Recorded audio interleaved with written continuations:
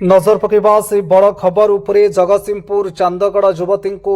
गणदुष्कर्म मामलें प्रतिक्रिया रखिंट Jagatsinghpur SP police पक्षर 3 गोटी टीम गठन कर तदंत चली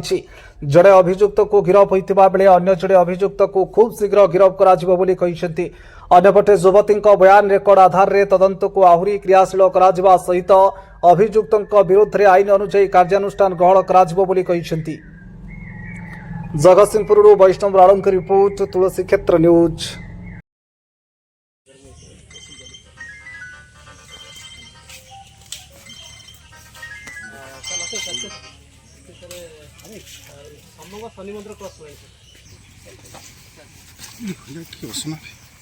हाथ आगू कर दो रमा रूम से देखा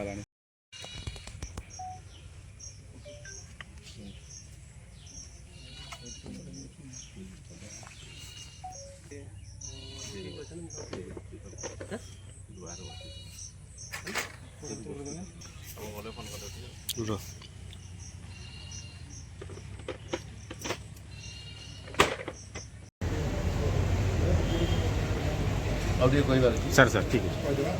घटी गोटे युवती को गणदुष्कर्म कर कौन अपडेट सर ना आमर थाना गोटे केस हो 537 नंबर केस आम टाउन थाना जगतसिंहपुर से तार तदंत जारी रही एफआईआर रे 2 जन अजना व्यक्ति दुष्कर्म करी बापा अभियोग कर आमर पुलिस टीम गुड़ा गठन होता आम एक्यूज को आइडेंटिफाई करूँ आउ गोटे एक्यूज को ऑलरेडी आमर एप्रिहेंड कराई पचरा उचरा जारी रही आउ गोटे जो पिला ताकू मध्य आज